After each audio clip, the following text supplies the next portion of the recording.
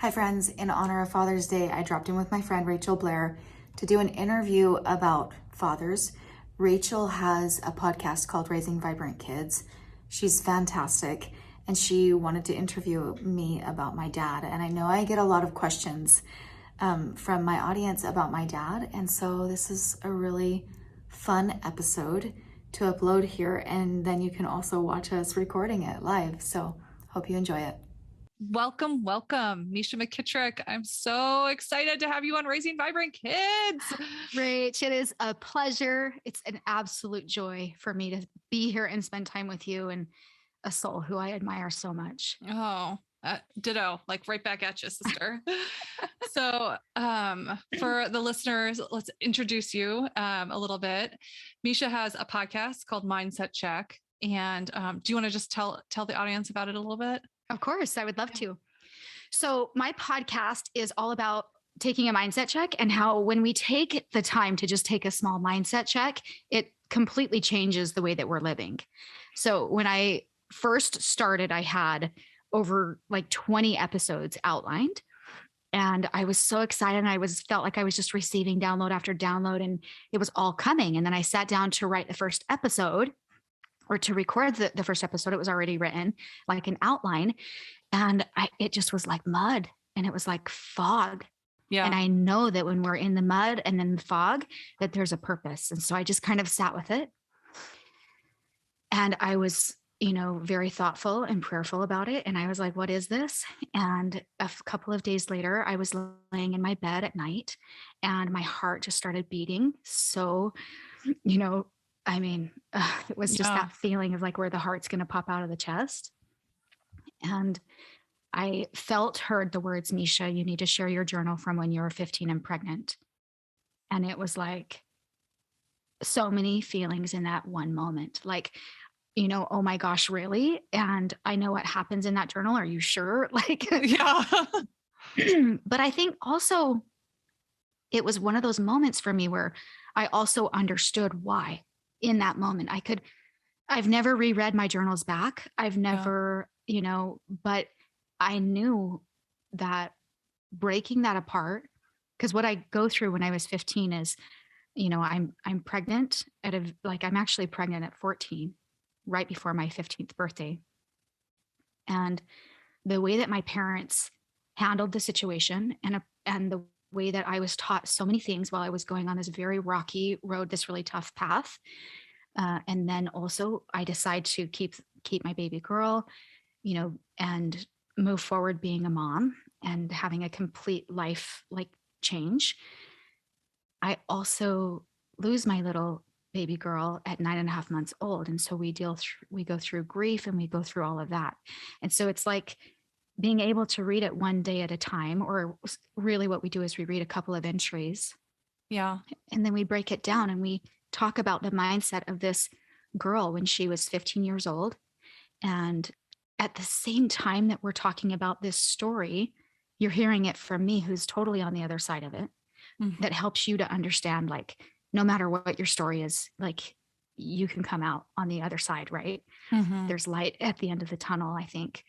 But also just the idea that when we're holding space for this little girl, this young girl, in a way, we're holding space for all of us, because she's struggling and going through life just the same way that we're all struggling and going through life. You don't need to be 15 and pregnant to appreciate the podcast. It's really talking about finding light in the dark and hope in the dark, in the trouble, in the struggle of life. Yeah. So yeah, it's really, really fun. I just think that your story is so amazing, so powerful. And the fact that it's like you're bringing forth, I mean, you are on the other side now. But I think that the fact that you're bringing forth your challenge and showing that you can go through that kind of a challenge, and that it's going to be okay. And how can we think through that? And how can we get through that? Because it's just so powerful. Like, it really is uplifting and helps everybody. Can you just explain to us, like, what you mean by mindset check? Like that concept? Yeah. Sometimes when we say what we're actually thinking out loud, we find a lot of clarity. I was actually just reading in my journal this morning because I was looking through trying to find the story that I really wanted to talk about today. But there was another point in my life that I'm reporting that was a really, really hard time. And my friend Amy had tried to call me during these few months of really, really hard. And I didn't even want to take her phone call because it was so hard that saying the things out loud felt like it felt hard. It just felt like the reality of it. And so sometimes when we're in that much of the heart, it's actually so helpful for us to talk through it. It's actually so helpful for us to say out loud and and then we see things more clearly. But what's really neat about learning about life through stories and being able to look at other people's stories is it somehow removes us from our pain, but teaches us about our pain because we're listening to someone else's story and the way that they worked through a certain problem or something that had come up for them, or, maybe the way that you see some of the people in my life show up for me. It also inspires you to show up for the people that are in your life, because you're doing a parenting podcast, and this generation that we are parenting, man, they have it thrown in their face every day, and so it's a challenge to be a parent right now, unlike any other generation has ever faced. And so we need to be surrounded also by examples of the way that we can, really love our kids through life, really love them into life, Yeah. I mean, I love that when you said that, these ideas are coming to me just about the stories in terms of like, why do we read fables to our children? Why do we read these stories about like the truth or the lion and the mouse or like, because it's really demonstrating to them these different concepts of like truth or love or, these, and that stories are very powerful. And that's why we, will read, but also listening to other people's stories I feel like it opens us up to not only like to possibility and to empathy, to understanding that other person and where they're coming from, to, when we hear stories of what other people have done, we think, oh, I could do that. That is totally possible. That's accessible for me. Yeah. And it can shift the way that you're thinking about a situation and about the beliefs that you have. And it can make you think, oh, if maybe that's not the truth, maybe I need to think something different, that I'm more capable than I think I am, or that person is not, maybe you've judged them as like the evil person in the neighborhood or whatever. And then you kind of hear their story of where they've been coming from. And you're like, oh, I totally understand why you're resonating at this level, It rewrites everything for you. It rewrites it. Yeah. I mean, it's just so, I love it. So tell everybody, you also include stories in your podcast. Like you have, like little mini stories. Can you tell us about that a little bit too? Sure. Yeah. So every single week we do something where we dive into my journal and we do a couple of entries. And then what we do is we really break that down. There's something inside of that we take the mindset check about, a life lesson, something that we can really absorb and learn from.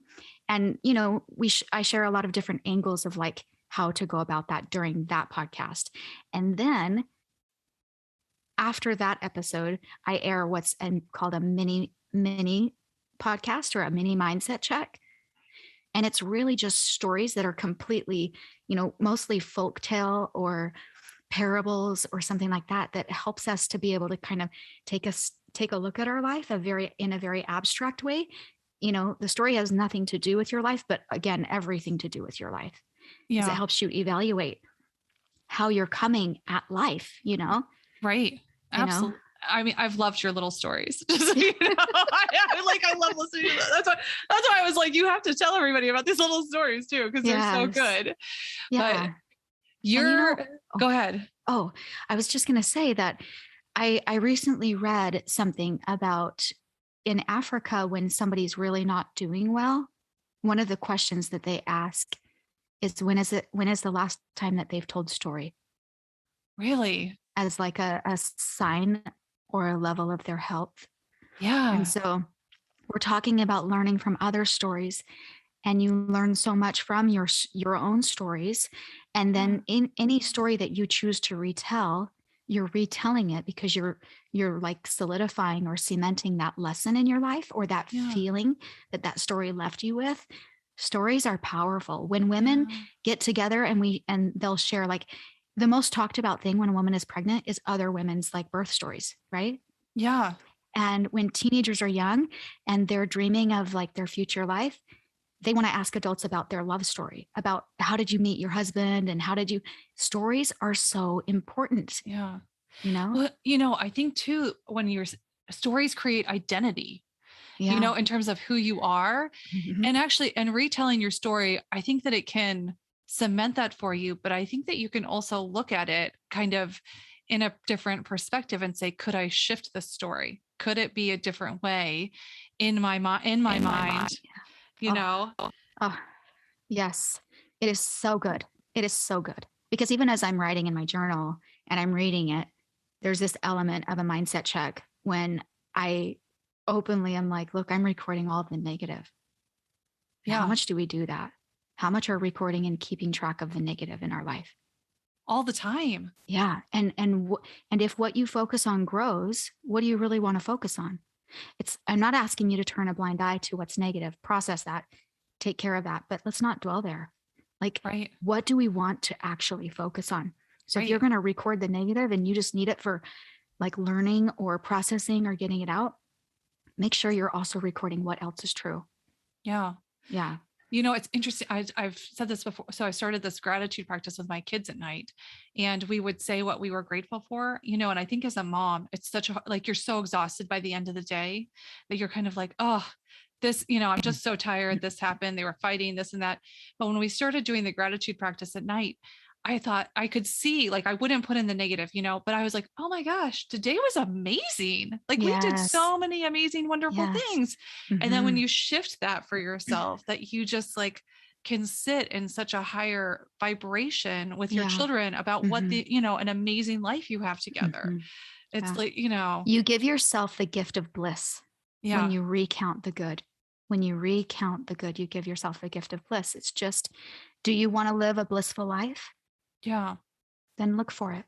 I think that the appreciation and the gratitude that we can show, I think that that's why appreciation and gratitude are so important, and why, there are all these different practices telling you to kind of lean into it, which is just amazing. Yeah. But I love that you brought that up, because I have this quote called by Umberto Eco. It says, I believe that what we become, and this is about fathers because we were really wanting to talk about fathers today. Yeah. But it says, I believe that what we become depends on what our fathers teach us at odd moments when they aren't trying to teach us. We are formed by little scraps of wisdom. And that's how it is when you're laying in bed with your children at night and you're recounting the day. Yeah. That's how it is when you're all the little things where you're not really trying to teach, you're teaching. Absolutely. Yeah. Yeah. So yes, speaking of fathers, because that was one of the reasons that we wanted to do this together, was because I love hearing the stories of your dad. Mm-hmm. And can you share? I was so taken aback by how he reacted to your pregnancy and how he dealt with that. Mm-hmm. Can you kind of share that story and that we can kind of unfold it a little bit? Of course. Yeah. Yeah. When I told my parents that we were pregnant, we told my mom first, and then she went and woke my dad up out of a dead sleep, and he came out on the couch, and fresh with sleep in his eyes, we told him that I was pregnant. And he, this is a girl who, when we told them, I had just had my 15th birthday, and he put his hand flat against his forehead. It's what I call flat forehead syndrome now.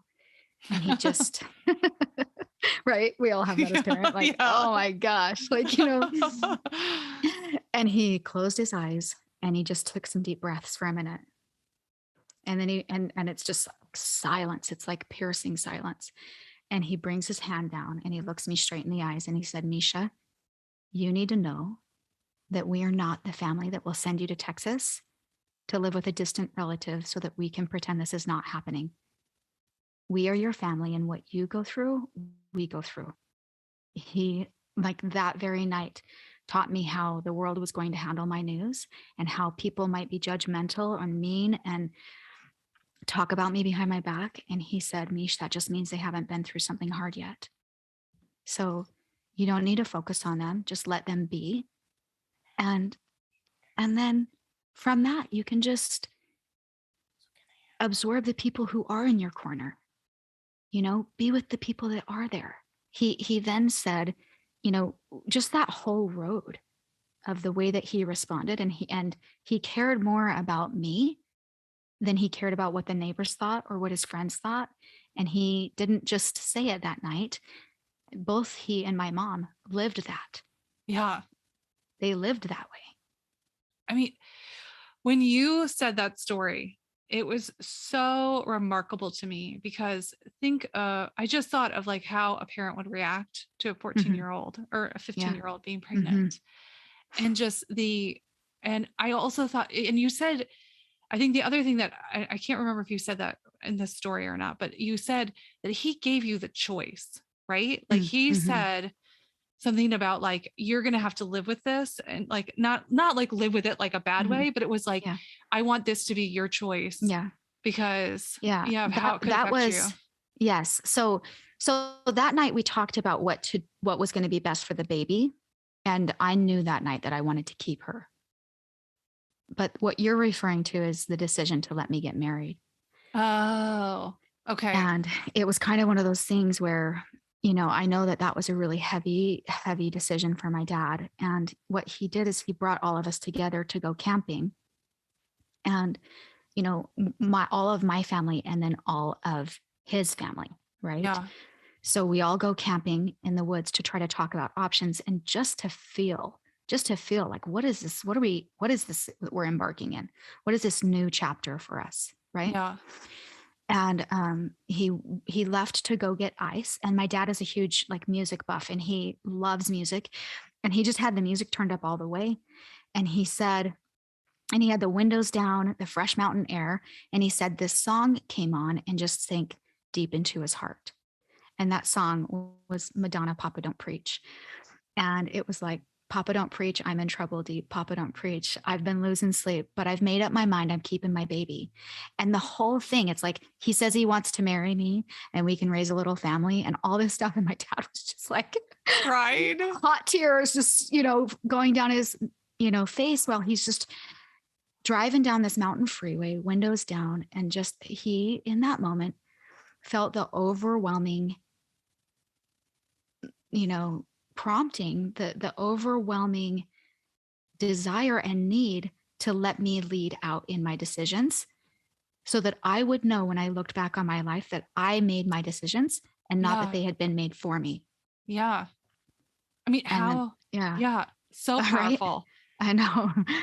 I mean, I'm just so taken away by his unconditional love and how he presents it every single time. Yes. And how he does not care about what other people are going to think of you. He's not shaming you into anything. He's not he's just saying, we're going to be there for you. We are the family that are there for you. I mean, just the unconditional love that he like shows consistently. Can you share some of the other stories from your podcast? Like the one from your sister was amazing. I've heard some other ones. You could tell the one about the lying. That one's so good too. I haven't even told the one about the lying, so I will. I'll just kind of drop in and just say some things. Like my dad, I just want to say that like it's really important to understand that the reason that my dad was really such a good dad is just because he took the time to think. Yeah. He just took the time to think. And so remember that in your parenting, because if you just take it little by little and you just do what you feel is right next, it's all the little lessons, all the ways that we show up in the small ways that then equal the way that we show up in the big ways. So like my dad, when I was young, like some of the things that he did is whenever we borrowed something of his, like for example, his pocket knife, whenever we could borrow it anytime we wanted to. My dad on his belt buckle, he always had like a pocket knife, a flashlight. It was kind of one of those things that's like, Dad, do you have your knife on you? And he would say like, well, am I dressed? Right. Yeah. That's kind of, he always had it. Right. And if he wasn't, if it was like in the morning or in the evening and he wasn't dressed and that was like hanging in his room, and we would run in and use it for something, he would teach us that before we even put it down on a table, like after we were done using it, no, you don't do that. You return it right away. You take care of the things that you borrowed. Whenever he borrowed his parents' vehicles, he filled it up with gas before he returned it to them, made sure it was clean. He was just that kind of a person. He was the kind of guy that, I have this vivid memory of standing in the back of our truck, picking up wood and passing it to my dad. And he was stacking it at this neighbor's house. And he had this conversation with me while we were doing that. And he said, Mesha, I don't want you to tell anyone that we're doing this. No one needs to know this was us. Mm-hmm. We don't need to let people know that. Right. And even in the moment where I'm telling you that, it's because he didn't want the community to know that he didn't need the recognition. Yeah. He needed to teach me that when we show up, sometimes it's better, and most times it's better to be showing up without the recognition and without the praise. He was the kind of guy who taught us how to play games, and that it was about playing the game, not the score. It was about, the days when we would go hunting, he would, there was a week long for hunting, and he would take each of us out of school. So we had our own day. He'd take us to the grocery store in the morning and pick out all the snacks we wanted for the day. It just made it really special.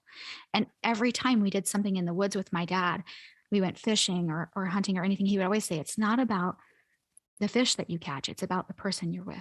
It's about the time you spend with the person that you're with. Yeah. And another thing that my dad did that was like really something that I really admire and I love with my kids, my own kids, whenever we were going through something hard, he made sure he got on our level to talk to us instead of just standing there and talking to us. He would crouch down or say, join me on the couch or whatever, so that we could have this kind of heart to heart. We had a space where he was on the same level as I was. Mm-hmm. And when we got in big trouble, he would take us in his room and he would say, what do you think is an appropriate punishment? What do you think? And then usually I would choose like, grounded for 1 day, you know what I mean? Where what I did, what might be equal to like being grounded for 2 weeks or who knows what, like big things. Right.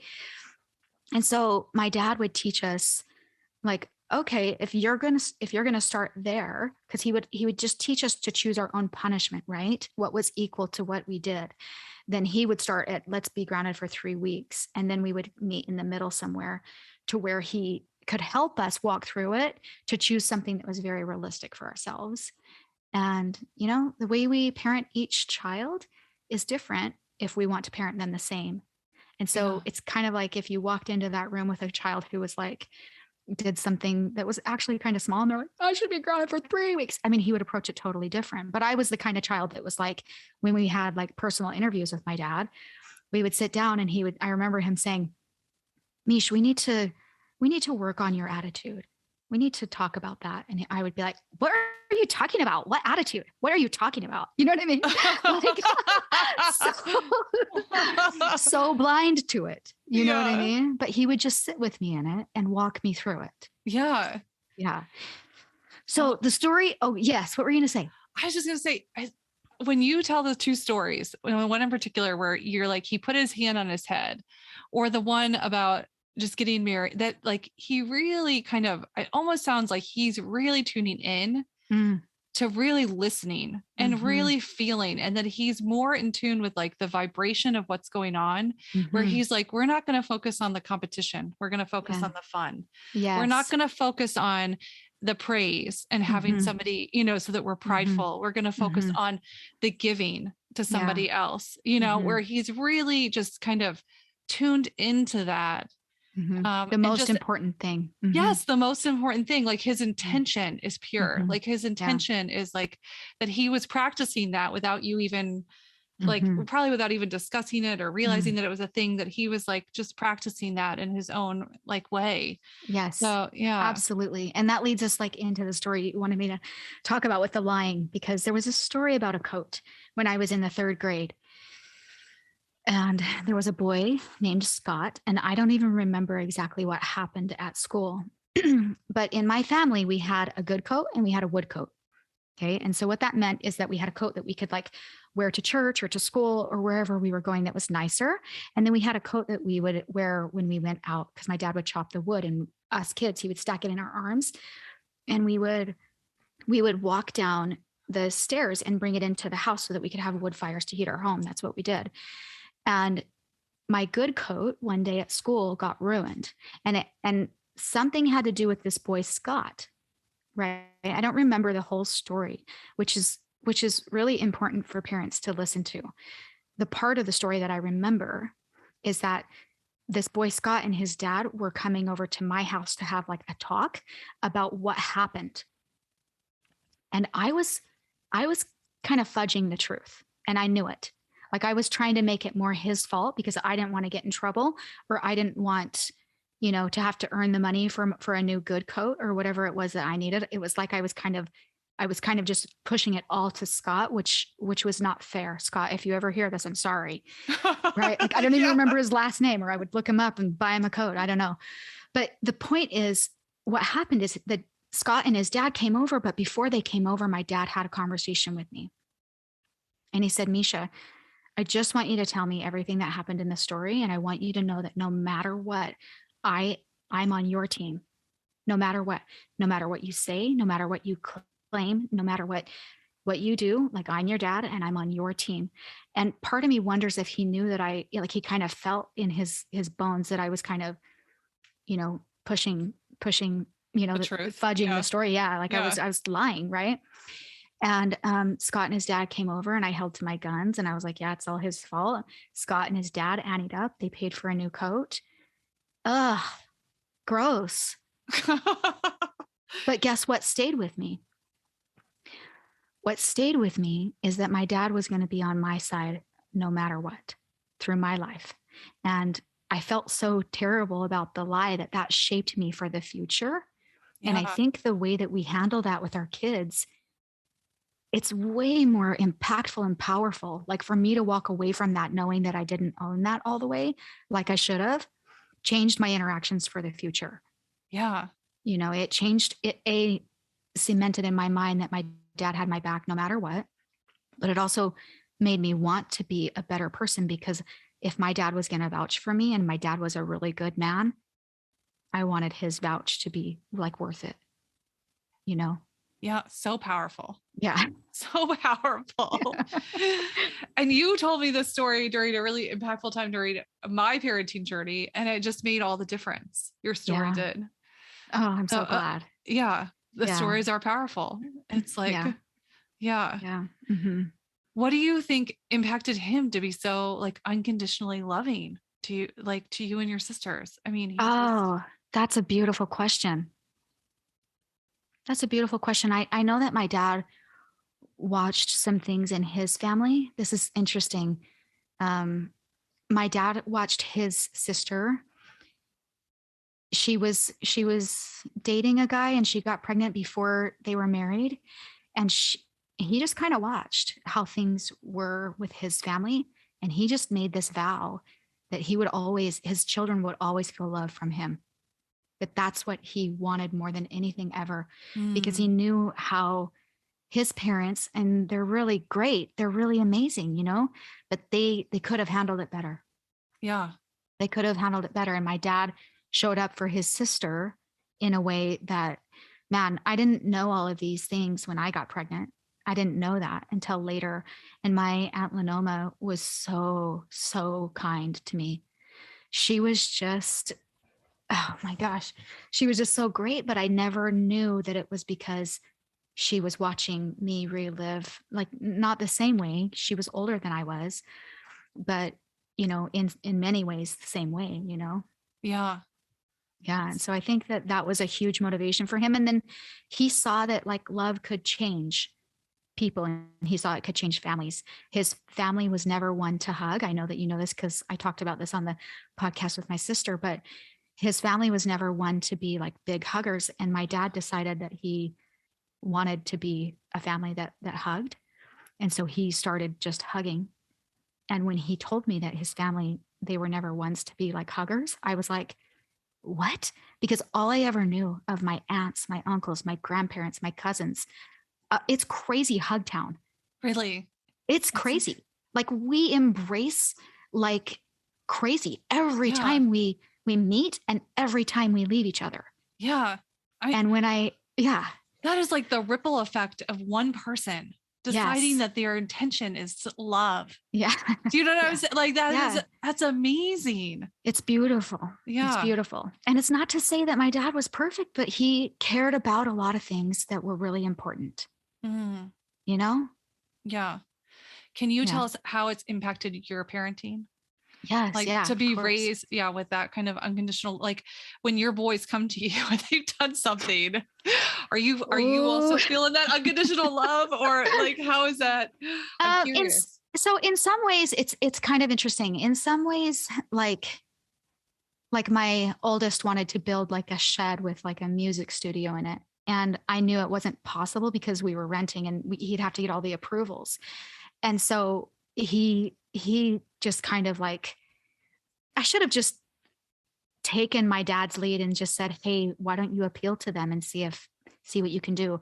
And I should have just had his back because it made me feel really like sad when he said a comment about what grandpa would do. And I was like, "Oh my gosh, he would build the shed. Okay, I get it." Like, you know what I mean? Because he just Yeah. would. He was the kind of guy that he just would. My dad, when he knew that like my sisters would steal all my candy, he went with me to find this old cabinet at the DI, and we sanded it and we painted it and we put a padlock on it, and he gave me a key and he had a key. And he gave us like autonomy, our own independence that way, you know? And so in some ways it kind of like my kids kind of measure me against that example, and it's a good thing to be upheld to. So that's the first thing. And then it does help me think outside the box when my kids come to me, and it helps me to remember that sometimes with the hard fast rules, all that you're going to do is push them away. Yeah. And what we need to do is figure out why they're in that spot. Why are they there, and how can we pour love into them and really send that out as a vibration? Because if you're sending out like, I need to correct the situation, I need to fix, there's something wrong and there's trouble, then obviously what they're going to receive is that they're not okay. Yes. Even if you never speak it out loud, Yes. they will feel that. And I definitely feel up against that in some ways, you know. There's when you sent me a text and we started kind of like shooting ideas around about what we could do, there was a story that I knew I wanted to share on the podcast. And this story happened when my middle boy was about 6 years old. And I record in my journal that we were just having such a hard time with him. Like we were just up against a wall. It says he wants to be in control. He has such a strong will.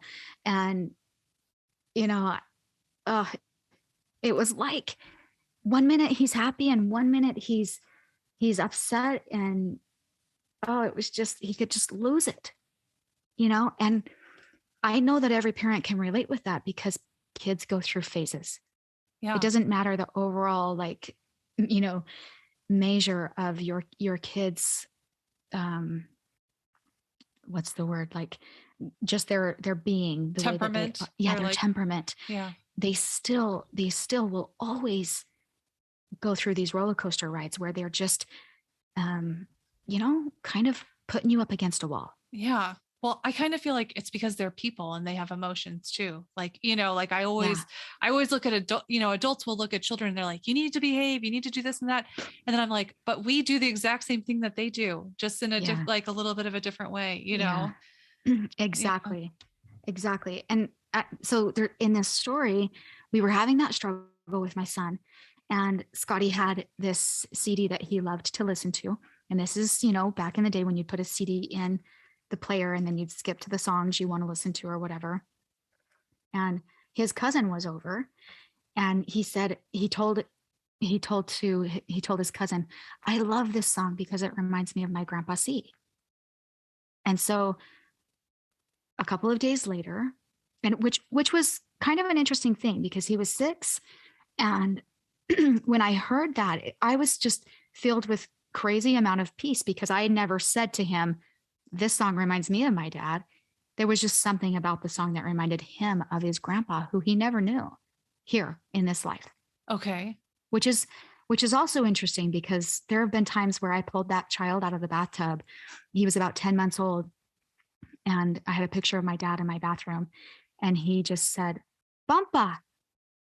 And I had never, like, it was just like he knew him. Wow. So cool.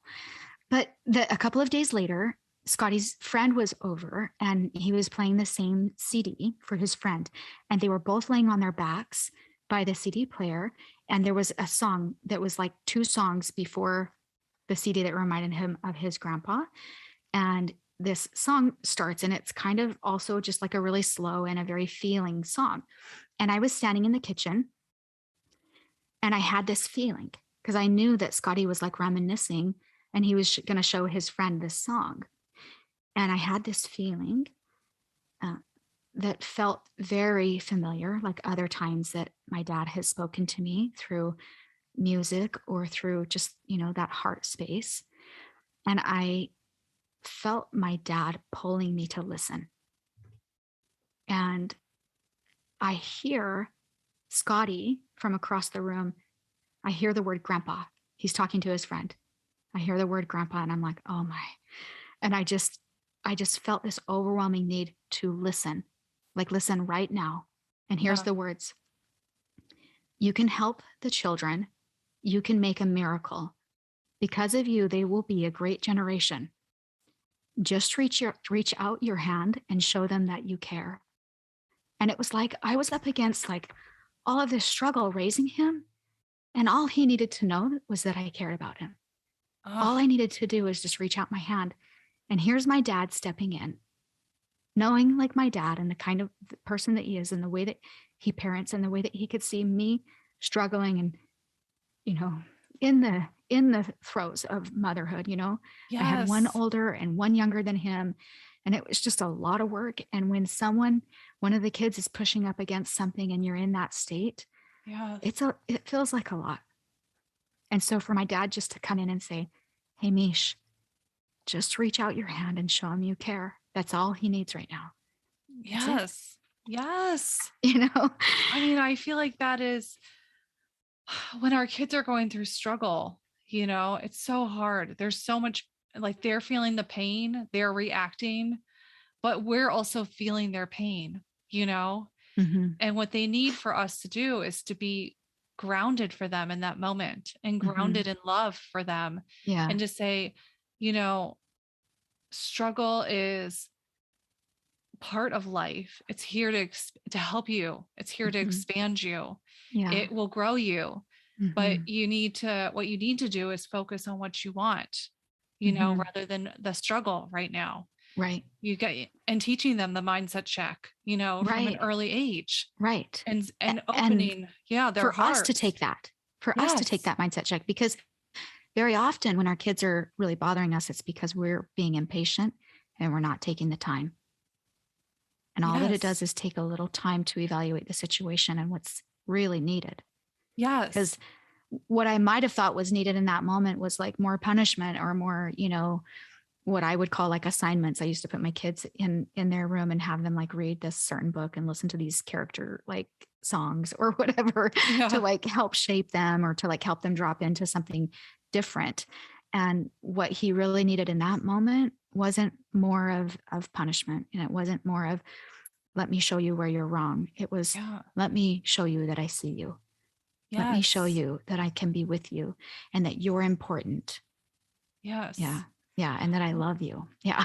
And don't you feel like if we did that in so many ways, I mean, so many of us as adults are struggling with our worthiness and struggling with the fact that we were imperfect as children and that we couldn't, we had shame about not meeting the expectations, not meeting certain things. And we carry that with us. Yeah. And I feel like and not to say that like our parents didn't do a good enough job, but I think that I think each generation is getting better. And I think that we're continuing to open up to that love, to that unconditional love in each generation, Yeah. Yeah. And that there's a difference. I can feel, I wonder if you've had this experience. I can feel when my heart is open, Mm, and I can feel when it's closed mm, sometimes. And when it's, absolutely. and you can feel the energy of like the love flowing through you to people. And sometimes you can feel that you're cut off, Hmm. you know? Yeah. And that's part of taking the mindset check, right? Because you get to evaluate where you're at.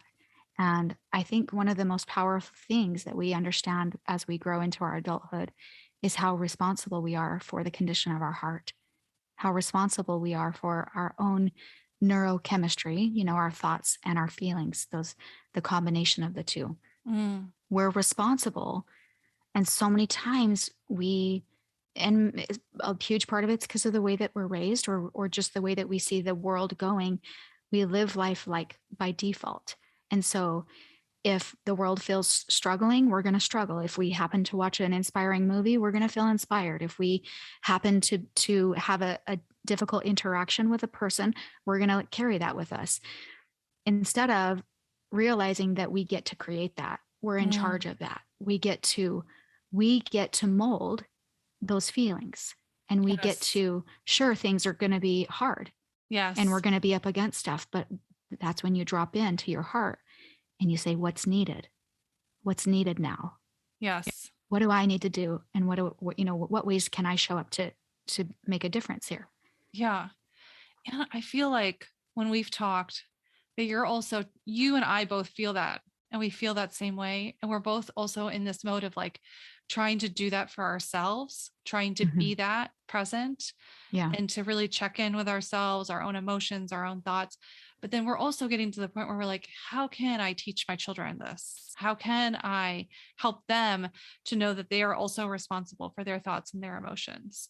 I know that you have some stuff on your website that that I watched in terms of like how you're teaching your kids, but how could you have any wisdom that's coming forth right now about that? Like, Yeah.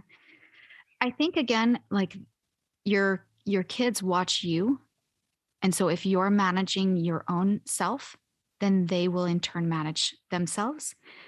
And it's kind of like I've just watched you, Rach, with just being on the phone with you or being on a call with you, and the way that you'll respond to your kids, and you'll say, "Hey, can you talk it out with words with her?" Or you invite them into your conversations. Those things are like, you're so present with them and their need for to emotionally be included, mm, and it's just such a beautiful thing to watch and observe as we walk through life. I remember having a couple of conversations with my teenagers, and this is just like a way that you break down exactly how you start to teach them to be responsible for their own feelings and their own minds and their own state, right?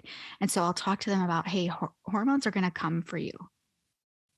And when they come, you're going to find yourself really mad. And if you stop, you'll not find a reason for the way that you feel. Like, you'll go, oh, I feel so angry. But you won't know if there was something that like really triggered you. And just so you know, when that happens, you're normal. And so I tell them, like, not in the moment when it's happening, but before, right? yeah. And I say, so what you can do in that moment is go get 15 minutes outside, either a walk or a bike ride and some sun. Just, it will melt it all away. And Yeah. so then my teenagers, at times when they have, slipped into that, and I know that there's really nothing that's like triggered them or set them off except for maybe what they're thinking, right? That I say, remember, this is one of those times. This is one of those moments. So go change it. And I think it's important to remember that we have so much control over our state when we discover we're falling into something. So you have typically 17 seconds once you start thinking a thought before a new thought comes that's along the same wavelength. So Mm, sometimes, if you start to think, you're starting to think like, oh, I'm super annoyed that there's this issue happening with a friend. And then, your husband walks in and you're like, why doesn't he ever clean up? Or, you know what I mean? Like, it'll just snowball. It will yeah. just snowball and snowball until you take the reins. And if you let the snowball happen, that's what it is to be living life by default. Yes. And if you decide, okay, what was the original thought? It was a thought about that friend that I'm having, an issue with. What can I sit down and take care of responsibly? Can I write out how I'm feeling? Can I decide the actions that I can take in the space? And can I decide what to focus on? Because Yeah. if I outline where, all of the issue is, and I own my part and I take care of it, then you're not sitting in it anymore. You've let it go, and then you decide what to focus on. You decide what you want to be present in that Mm. situation. And that's how it is for life, right? With Yes. all of our thoughts, all of our things, everything that comes across and to us.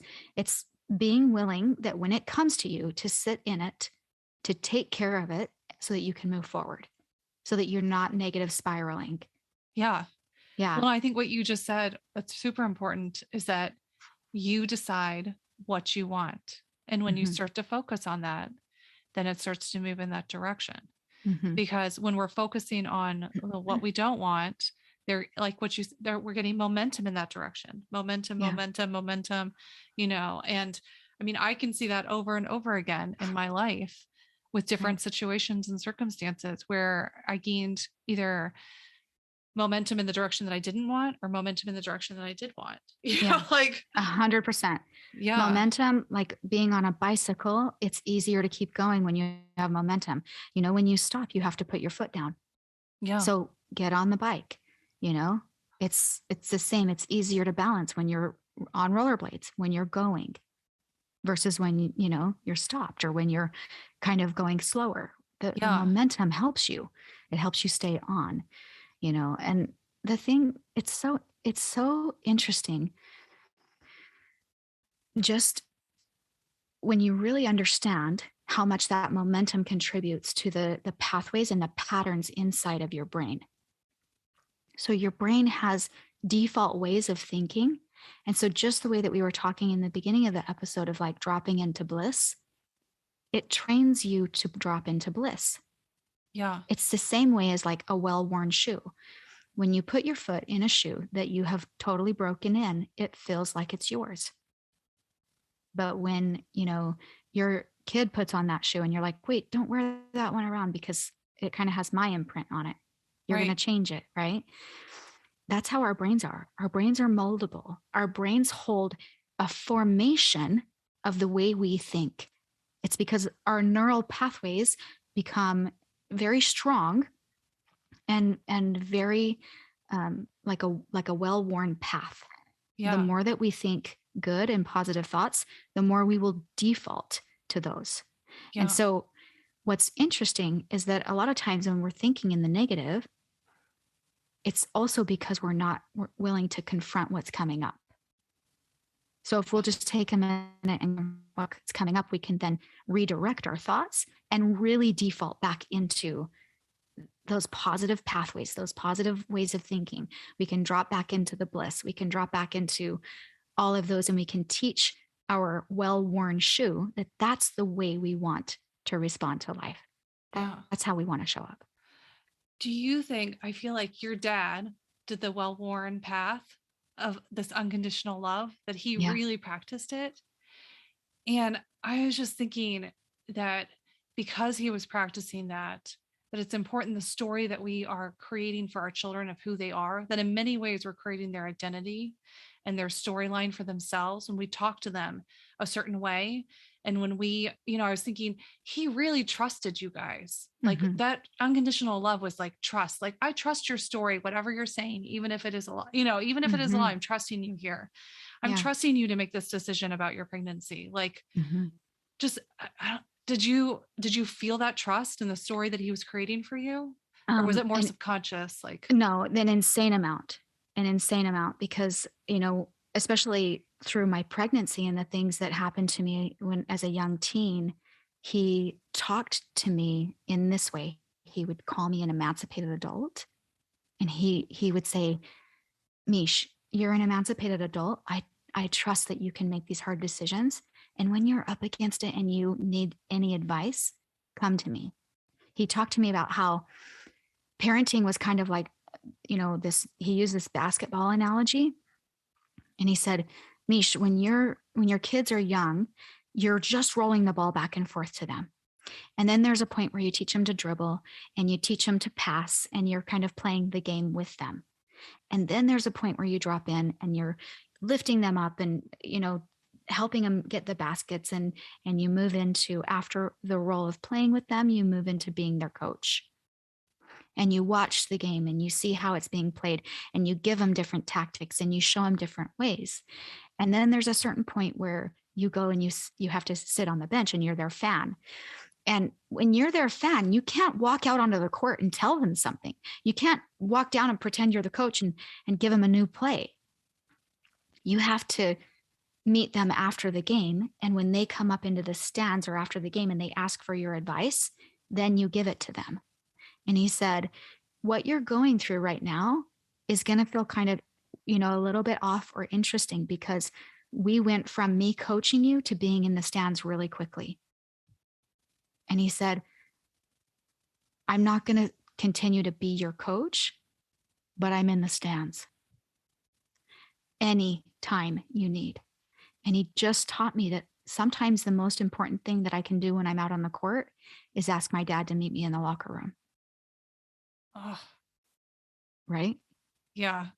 And so through that, he just walked me through it. He would say, Mesha's an emancipated adult. She probably knows. Let's ask her. And it suddenly made me feel like, oh, I got something to say. I got something to say here, And he just lifted me on this pedestal and fueled me with insane amounts of belief that he believed in me and he knew I could do it. He believed in me. And that's the message I got from him every time I met him, every time. Even when he was counseling me through something that I obviously had no clue about, Yeah. Yeah. I just want to sit in that story and just in the belief and just how powerful that is, that imagery for your, I want to share that story, I feel like, with my kids and just the belief with them. I think some of us, we struggle so hard to believe in our kids sometimes, but that if we did, the shift that's the vibration of belief in them, right? Yeah. Like the little engine that could. Yeah. Yes. Pretend that your future vision of them or who they are being currently and now is who they are. Who do you want that to be? Yes. Who do you want that to be? Yeah, it's insane the ways that they can walk us, parents can walk us through it, and they're going to watch us go through really, really tough times. And they're going to be these amazing, there's an opportunity, right, for them to be these amazing pillars. Yeah. A child will grow up in the way that mostly what's being believed around them, because a lot of times they haven't been taught that the way that they think is their responsibility yet. As a child, they're really responding to life the way that you believe about them and the way that you believe about life. And so it's really cool to drop into stories like, I don't know if you've ever seen Life is Beautiful. Mm-hmm. Have you ever seen that story? Yeah. That movie. Mm-hmm. It's like an Italian film that had English subtitles. And it was like this dad in the Holocaust, and they got taken to a camp, and the dad kind of hid his child and continued to make it a game. And how many points did they get today? And the reality that boy experienced was very different than what was true. And the dad believed that showing him a different reality was more important than the boy seeing the truth in that moment. He was too young to really internalize it, and he needed to make it a game to stay alive. Yeah. That's beautiful. So sometimes it takes a little trickery. Yeah. Sometimes you have to see them through the truest eyes of charity. I don't think it's even trickery, though. I just think that it's like you're using your vision for them, your imagination. I mean, these, we all talk about vision boards or whatever. You're holding space for their greatest selves. Yes. You're holding space for who they can be, and opening that door for them. Amen. Yes. 100%. I mean, I say trickery because I think sometimes too, when you're in it, there's a certain element that your brain will trip you up and say, but it's not even true. Yes. And that's when you say, it doesn't really matter. No. Was the game in the movie that we just talked about, was that more important? And was it true? Did they make it a game? Yeah, they made it a game. So there's a bit of it to help your brain believe, to help you see that what you are creating is what's right in front of you. Yes. You're putting everything, the person that you are on the outside of the mirror, you're putting onto the inside of the mirror, which becomes who you are on the other side. Yeah. Well, Mesha, we're getting towards the end of the podcast, but I want to ask you a question. What advice or just words of wisdom could you give the listeners on their parenting journey? I would say most of all, one of the things that my dad said to me when it was getting close to his time. And my dad passed away when my oldest, who's 19, was about 6 months old. And when I was laying next to him on his bed and we were having a conversation, and this was just a couple of weeks before he passed, and he said, Mish, he said, the most important thing is not that I love you and that you love me. The most important thing is that I know you love me and that you know that I love you. Mm. And I think when we drop in to what our children are feeling in the moment, a really neat experience happened in my life. It's one of my very favorite memories of my dad. And it was the first Mother's Day after my daughter had passed. And I had just gotten a phone call from her dad, and he had just been booked into jail. So I got this collect call, and it just was this overwhelming moment where it just felt like the train that, kept trying to go down the track was just blowing up. It was just, there weren't even tracks anymore. It was just a moment where I was so overwhelmed with grief and sadness. And my dad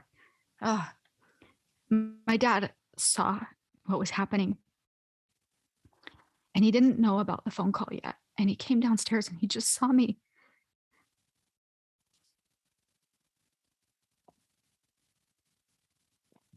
Crying on my floor in my bedroom, and the bathroom was across the hall. And he went in the bathroom and he just grabbed the end of the toilet paper and he strung it all the way into my room. And he just sat next to me and ripped off pieces of toilet paper and gave it to me, and then ripped off a piece for him. And then he ripped off a piece for me, and he ripped off a piece for him. And we just sat there and cried. And my dad could only imagine what I, was thinking and feeling in that moment. But he sat down and he felt it with me.